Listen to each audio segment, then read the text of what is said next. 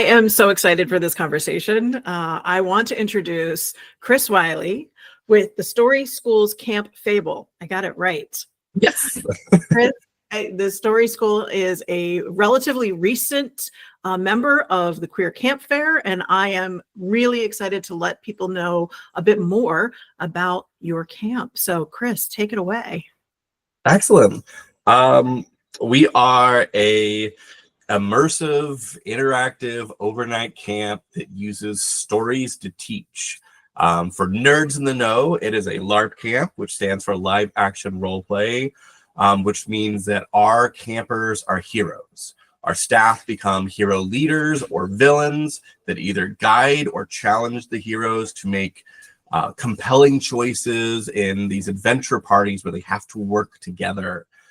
It is this amazing collaborative storytelling experience where the campers are centered and they feel like their education, their experience, and even the friends that they make are based on what they want to do. And we all know kids learn best in an environment where they feel like they have control over what they're doing. On top of teaching through these stories and putting STEM education behind all our adventures, we have these wonderful stories where the kids were in a King Arthur storyline and wanted to bring the Lady of the Lake to life to help King Arthur conquer his enemies.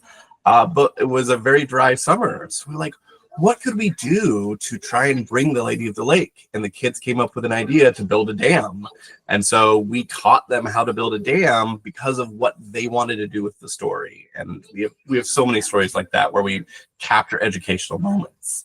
But really what I think our programs do best, and why I've been with the program as long as we have, and why I've been encouraged to come out as a queer man over the last couple of years, is that this is an inclusive community where identity is, by nature of our program, playful. We have 8-year-olds who identify as dragons, whose pronouns are roar and roar, which means that every single camper is cheered for creating and celebrating their identity. Whether they are using the game to try something out that maybe eventually they will find for themselves as a good fit, or they are just finally feeling safe enough to embrace who they are. So we have queer campers, trans campers, every member of the LGBTQ plus community, and neurodiverse campers, because there's an overlap between nerds and the neurodiverse community. I call them the neurodiverse community.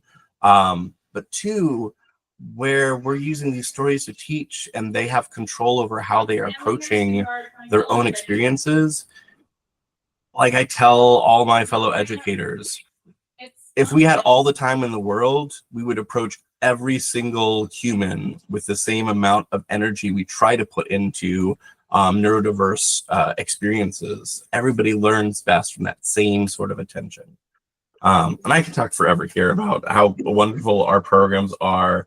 But I'd love to share just a story of, despite the pandemic, despite everything that's going on currently in the nation, why I am motivated to continue forward as the executive director, as the camp director for these programs.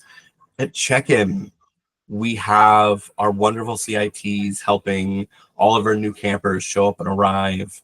And I had a parent pull me aside and basically tell me, just seeing one of our CITs in this incredibly outlandish rainbow kilt that they wear, they were like, this just immediately felt like a place where my camper can belong and thrive.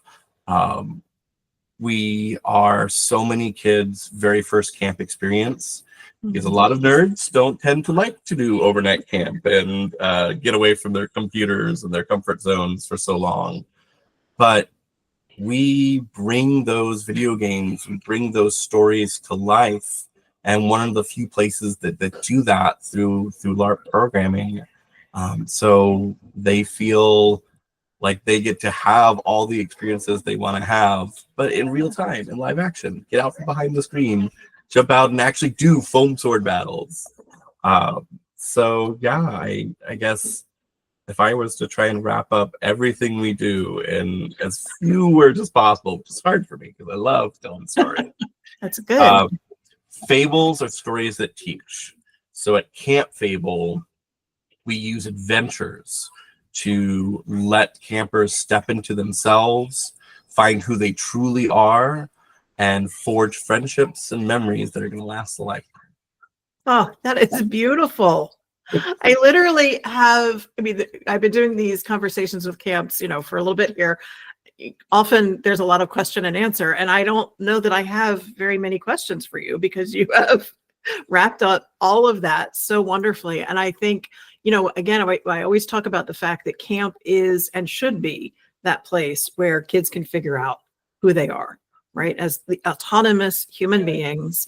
And, I often talk to parents whose kids are straight when they send them to camp, and then they come back and they're not straight anymore. And it's because they've discovered who they are, in a safe space where they're going to be affirmed and accepted. And it sounds like your camp is that, right? So one of the questions, because we are Queer Camp Fair, I often have people say, is it just for camps for queer kids? So, you mentioned the neurodiversity and the range of the rainbow. Do you have straight kids that come to your camp? Absolutely. I often use, when I talk about community, like our community is queer, our community is neurodiverse, and our community is nerds. And you don't have to be all three. You can be any individual part of that. We do tend to find overlapping Venn diagrams of all those kind of communities.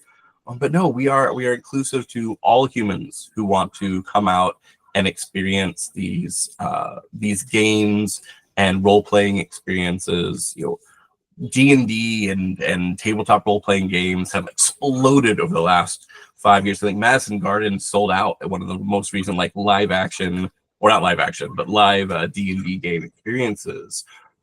And it's so wonderful to be able to talk to people about this and be like, hey, is that what your camper loves? Do they love stories? Do they love playing games? This is a place for them.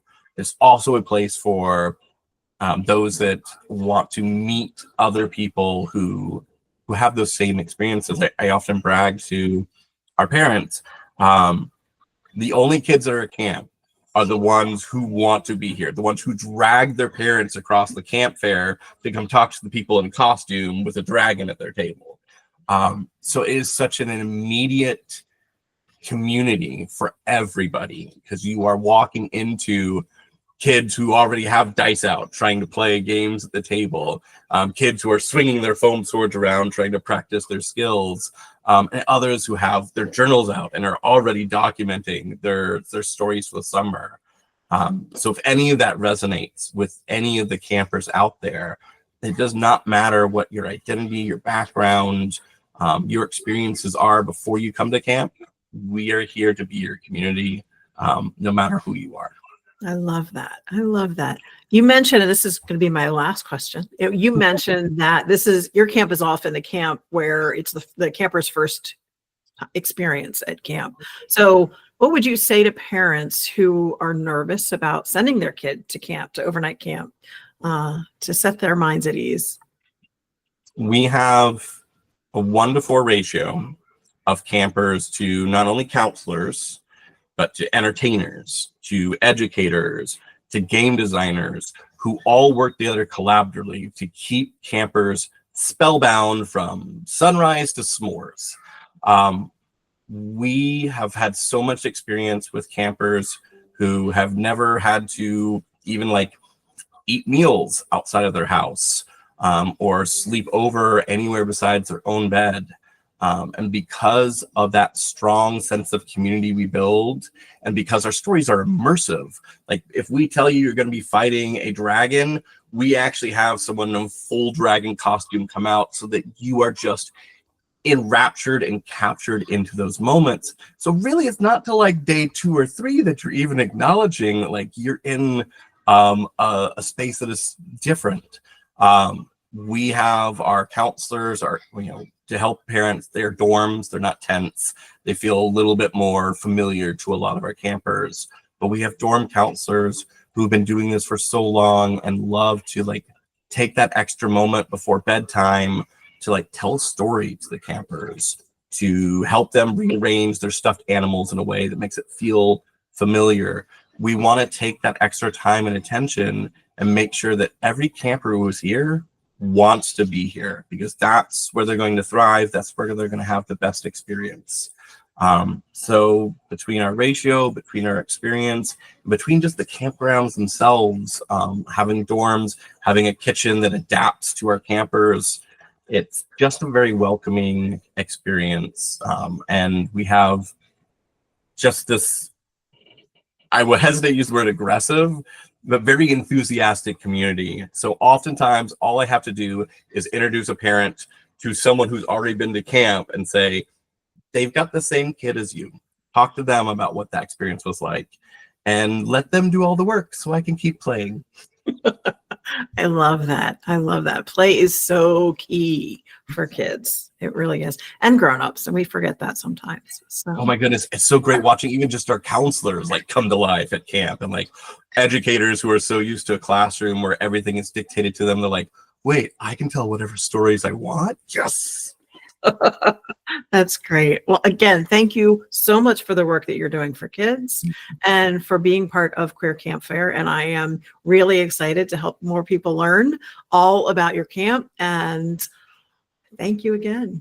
You are very welcome. Thanks for making space for all of this. Awesome. Thanks so much.